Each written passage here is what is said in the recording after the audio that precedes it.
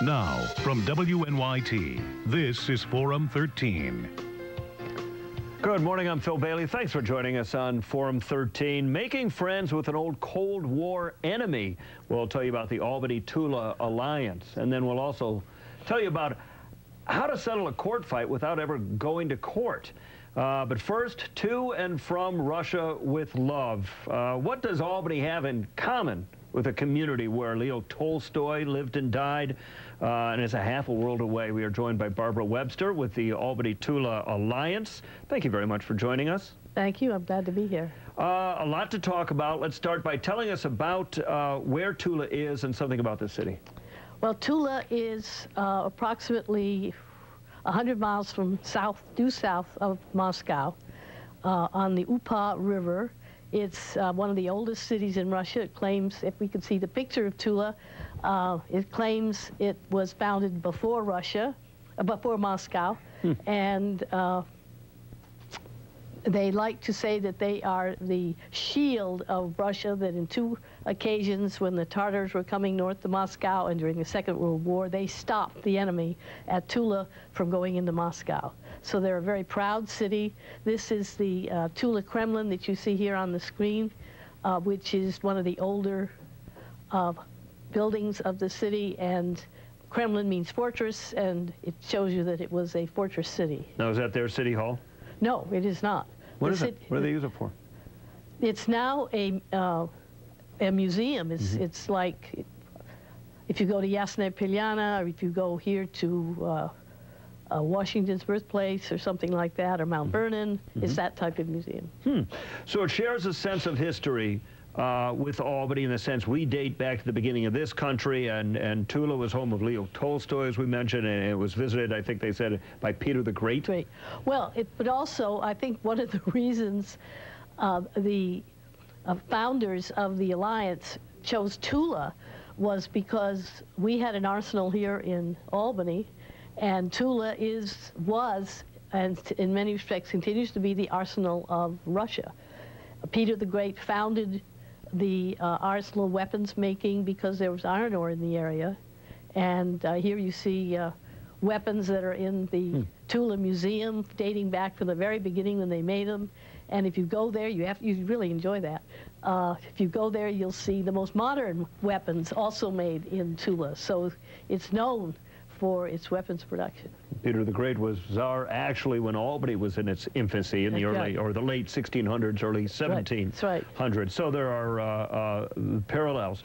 The population of Tula, it's a bigger city than Albany, isn't it? It's a bigger city. It's about 200,000, maybe a little over.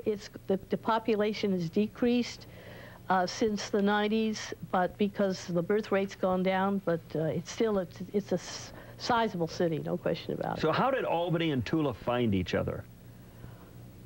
My understanding, because I wasn't there at the beginning of the birth pangs, but my understanding is that there was a list to choose from when the Sister City organization got started, and that those in the know here in Albany chose Tula because of the factors you've mentioned, the fact of the arsenal, the fact of the weapons, and so forth. Yeah, some of the history, some of the parallels. So who was behind this, and why? Why even bother entering into it?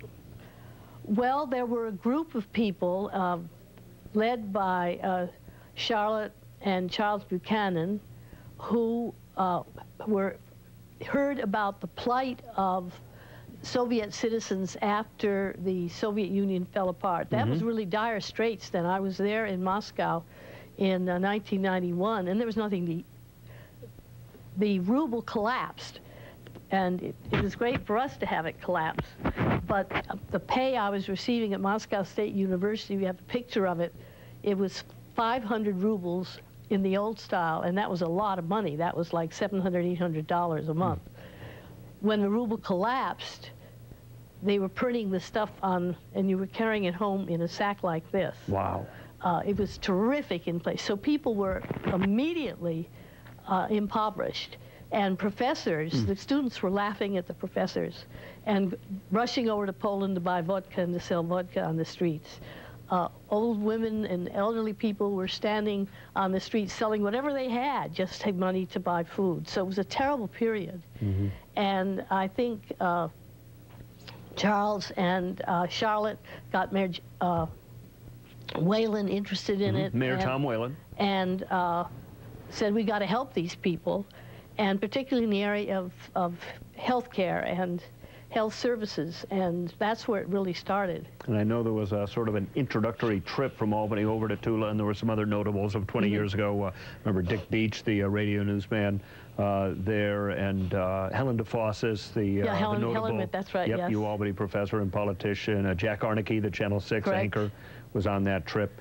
So it's been 20 years. 20 years. What's been accomplished in that time?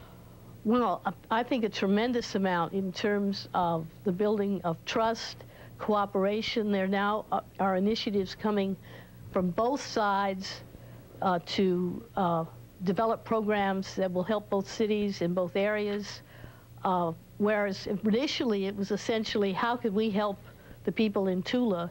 And we helped orphanages, we helped hospitals, we designed clinics and so forth. Now, initiatives are coming from the Tula side saying, let's do this. We even have video conferences of Union University on high-tech matters, discussions of business development. Jerry Shea has got interested people in students in Tula doing research, market research for companies here. I mean, it's amazing. It's incredible. And that note deserves more attention. You said, I mean, this alliance between Albany and Tula was formed when the Soviet Union had fallen, and Russia and the Russians really were in need. And Albany, as I understand it, sent clothing and food and medicine, right? Absolutely. Yep. And there have been music exchanges since then? There have been music exchanges. The Yasna Polyana Orchestra came over here, the Balalaika Orchestra, and came over several times. Last year for the Russian Winter Festival, which is going on right now, everybody should go to it, we had 10 dancers, folk dancers from Tula come over and perform. So we had musical exchanges, definitely. There have been student exchanges, teacher exchanges? We're in the midst of several exchanges right now in terms of student exchanges. Could we just have a picture of the harmonica, the accordion, because that's one of the Tula instruments that's famous, the bayan. I don't know where it is. It's somewhere there. They'll find it. They'll find it. Tell us about that. They'll find it. Because the Balalaika Orchestra is fantastic. You know, they play like a symphony orchestra.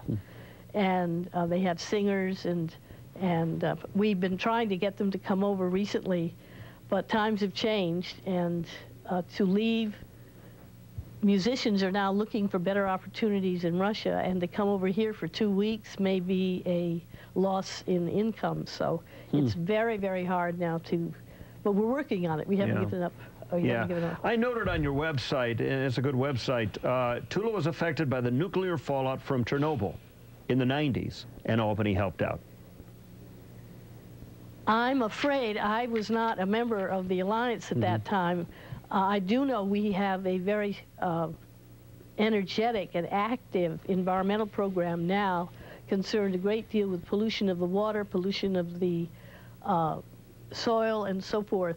How much that can be attributed to the nuclear fallout, I don't know, but we certainly are very actively engaged. Well, it is a good website, and I'm glad we mentioned it. Now, what's your website address if people want to check it out? Albany-Tula.org. Okay, and we're going to also provide a link on our website at WNYT.com, and then go to News Links, which is now on the upper right-hand corner of our website, and you will find the Albany-Tula Alliance, and you can find their website. Okay, now you have big plans this year.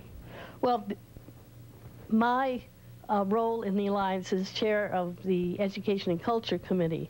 And as such, for the last 3 years, we have had an essay contest in which have participated students from Tula, but specifically students from Albany, who, ages 16 to 18. And why participate? Why write an essay? Well, because you get a free trip to Tula. Two winners are going to get a trip to Russia. A trip to Russia, where you will have an absolutely fabulous time. We will put you in contact with the students that went last fall who won last year. And Heck, it's free. You don't have to pay for it. And it's a life-changing experience, no question about it. Life-changing experience. I'll bet that is true. What are they going to have to write about this essay contest? The theme this year, could we please have the picture of Yasnaya Polyana, Tolstoy's home? Well, you keep telling us. They'll find the picture. They'll find it. This the blue one, the very blue one in the snow. Okay, here's the picture you were asking for, right? That's Tolstoy's home? This is where Tolstoy War and Peace. was born and lived until late in his life. For some unknown reason, he walked out of everything and went away to die elsewhere. And there's some people who think he isn't dead yet, so, you know, a little bit like some people like in our Elvis? country. Is he Russia's Elvis? So it's a very revered place, and the fact that Tolstoy lived there means that Tula State Pedagogical University holds Tolstoy conferences. So this year, we thought we would interest the students in Tolstoy's influence on modern leaders, and that's the subject of the essay. Gandhi, Martin Luther King, Nehru, the man in South Africa, Mandela. Mm-hmm. And because he had a huge influence on the nonviolent movement after he sort of had a midlife experience or change, and decided that this was the way he was going to go. And I think he actually met with Gandhi and had exchanged letters and talked with Gandhi. I'm not sure about Mandela and Martin Luther King. It's a little late. But the subject matter is his influence on modern leaders. All right, so if students between the ages of 16 and 18, if they want to participate, how long does the essay have to be? 5 pages. 5 pages, and they can go to your website and get all the rules, all the guidelines. Yep. All right, and again, we'll provide a link to that website. And they can register so that we know who's there. Okay, and they have until when? They have until March 15th to register.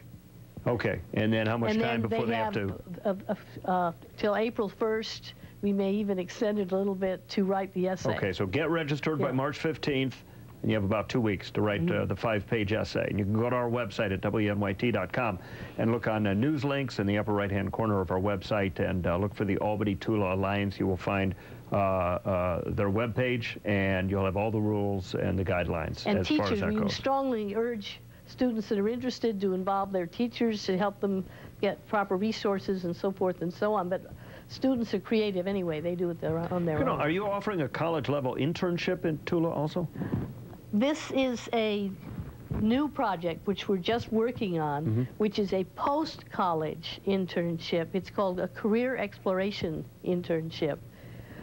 It will be for students that have the last year of college graduating, who maybe don't want to go straight into a job, but have some interests. They want to explore careers. And now we develop contacts in the business community in Tula and in the academic community that say you want to look at museum work. Well, you could do an internship, say, in the Arsenal Museum, or you were interested in library work. We have a young woman in the Tula State Pedagogical University who's very eager to work with us on an internship program on that. Arts, the Polyana Art Institute there's tremendous opportunities for, we're starting slow, two weeks to see if we can work out, because there's always a language problem. But the Tulans are just so wonderful. If you don't speak the language, they help you anyway. Do many of them speak English? A great many of them, and of course, most of the young people now do. Sounds like a great opportunity. Again, go to your website, the Albany-Tula Alliance, and you can find that by going to our website at WNYT.com. Barbara Webster with the Albany-Tula Alliance, thank you very much for joining us. Thank you. All right, and thank you for joining us on Forum 13. We're going to be right back.